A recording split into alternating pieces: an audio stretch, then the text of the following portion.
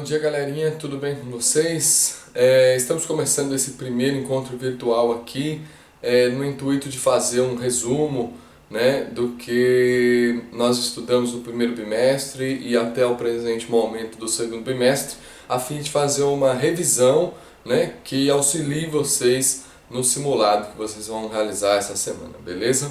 Então vamos lá. O primeiro tema que a gente estudou foi a questão do tempo. E a gente viu, né, analisou o mito de Cronos e também algumas passagens do filósofo Heráclito de Éfeso, né? A partir disso a gente pôde perceber que estamos em constante transformação. Inclusive o filósofo Heráclito ele vai dizer que a única coisa permanente na vida é a transformação, é a metamorfose, e que tudo está em movimento, né, na verdade. Os cientistas, por exemplo, falam que o universo está em expansão, né? Mesmo que a gente esteja parado, por exemplo, a Terra está em movimento de rotação e translação. Mesmo quando a gente, por exemplo, está dormindo, o nosso corpo está se movimentando e trabalhando e etc. Né? Então, essa questão do movimento e da transformação com o movimento, né? Foi algo que nós observamos logo nas nossas primeiras aulas. Nós ouvimos a música Metamorfose Ambulante, né, de Raul Seixas, que na verdade traz uma forma poética para essa questão filosófica da metamorfose e da transformação. Né? Nós estamos em constante mudança, na verdade, em constante construção. Posteriormente, nós vimos, né, nós estudamos a questão da autonomia, também associada à questão do tempo, né? Biologicamente falando e pedagogicamente falando, né, do aprendizado humano. Com o passar do tempo nós vamos alcançando graus de autonomia, como por exemplo conseguir andar sozinho, depois começar a andar de bicicleta, aprender a andar de bicicleta, aprender a nadar. Tudo isso vai dando graus, né, de autonomia para nós. Temos algumas reflexões do filósofo Kant, né, sobre autonomia, e esse filósofo ele vai dizer que nós só alcançamos essa autonomia quando alcançamos o esclarecimento. Esse esclarecimento traz um senso crítico, na verdade, e uma consciência, um senso crítico, na verdade, das tradições, né? E uma consciência de si mesmo e das suas próprias escolhas, agindo de maneira autônoma, sem se importar tanto, por exemplo, com a opinião dos outros. Mas para sermos realmente autônomos, nós temos que ser responsáveis pelas nossas ações e pelas consequências, na verdade, positivas ou negativas das nossas ações. Só assim a gente consegue completar esse movimento de autonomia. Nós observamos também algumas reflexões do filósofo francês Jean-Paul Sartre, né, que advoca energicamente a favor da liberdade. Ele chega a dizer que o ser humano ele está condenado a ser livre. Ele diz, por exemplo, que mesmo a sujeição a alguma condição, a alguma autoridade, é necessariamente uma escolha humana, né? Se nós não somos livres para escolher o que nos acontece, diz Sartre que somos necessariamente livres para escolher o que fazer, né? Como agir frente ao que nos acontece. Isso vem de encontro ao vitimismo, na verdade, muitas vezes propagado pelo determinismo, que diz que nós só reagimos, na verdade, né? Nós só sofremos ações determinadas exteriormente, né? O viés defendido por Sartre, ele vem trazer uma positividade, vamos dizer assim, tendo em vista que ele joga a responsabilidade de viver a sua própria vida ao próprio indivíduo que a vive, né? Sendo ele livre, na verdade, para escolher, né, os caminhos, necessariamente escolher os caminhos a seguir. Então ele tem a sua potência, vamos dizer assim, aumentada, a sua potência criadora aumentada, fazendo com que nós retomemos as rédeas da nossa vida, vamos dizer assim. Outro tema que nós estudamos foi a questão do preconceito ou pré-conceito. Isso quer dizer uma ideia que fazemos ou um julgamento que fazemos antes de conhecer um determinado objeto. O conceito, que é a ferramenta do filósofo, ele serve como uma via de exploração, uma via de reflexão e conhecimento racional sobre os objetos que a gente determina explorar, né? Então, o conceito ele está ligado necessariamente ao conhecimento.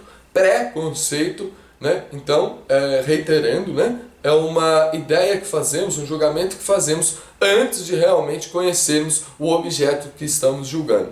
Nós vimos que o preconceito ele pode ser linguístico, ele pode ser de gênero, ele pode ser social, ele pode ser religioso, ele pode ser físico, ele pode ser regional, mas eu gostaria de enfatizar principalmente o preconceito racial. Por quê? Porque o Brasil ele é um país de pouco mais de 500 anos, né?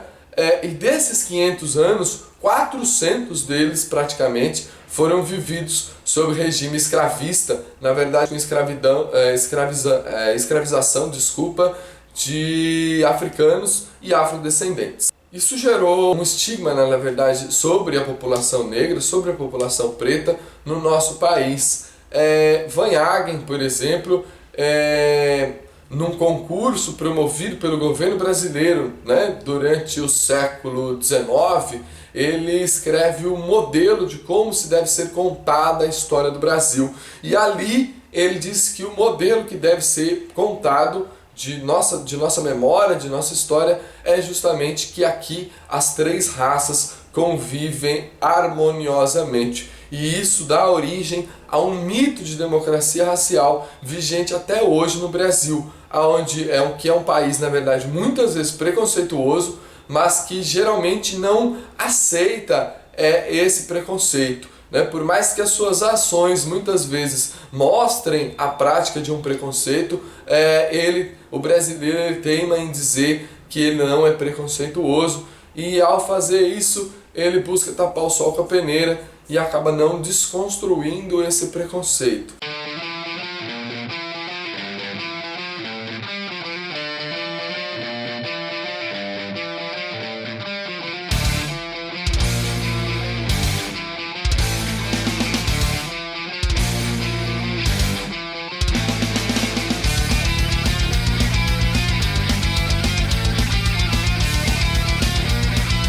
Como nós vimos, o preconceito ele não é biológico, ele não nasce, ele não é genético, né? Ele não nasce com a gente.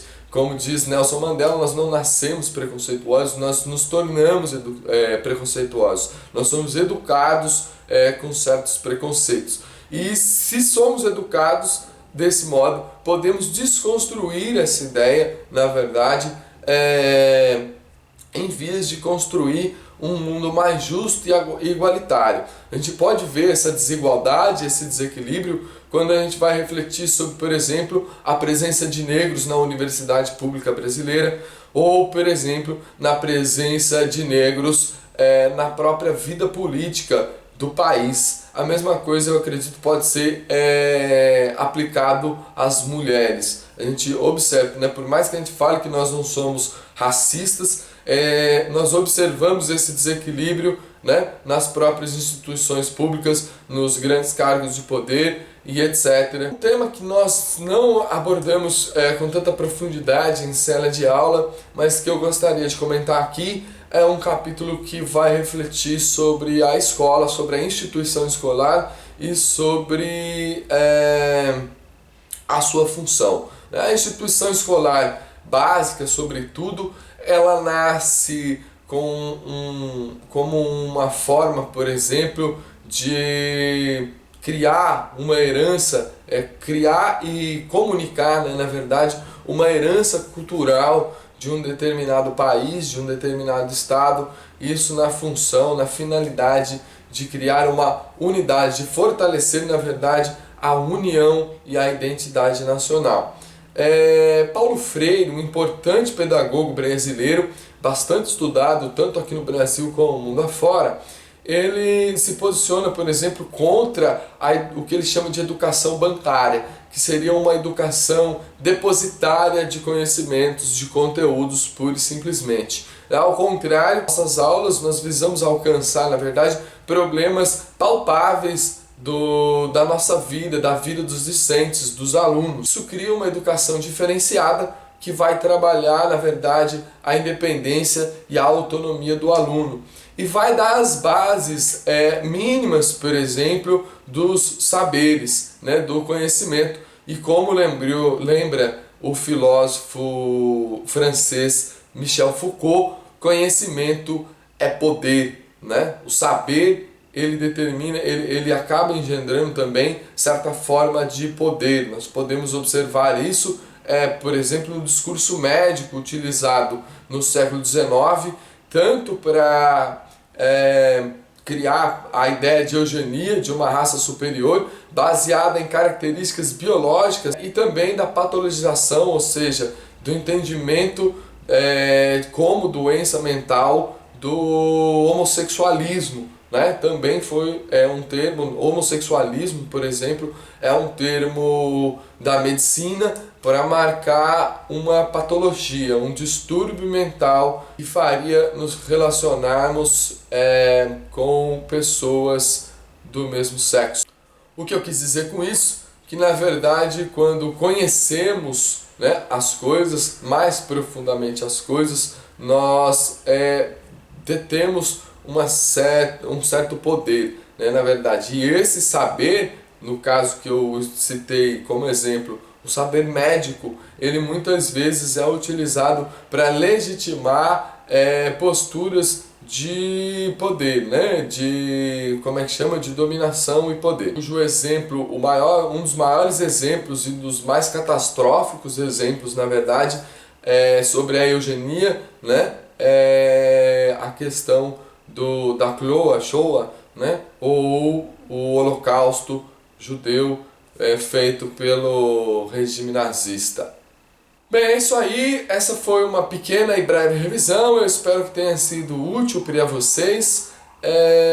E vamos ter mais encontros aí virtuais para facilitar o nosso ensino e aprendizagem. Valeu, galerinha!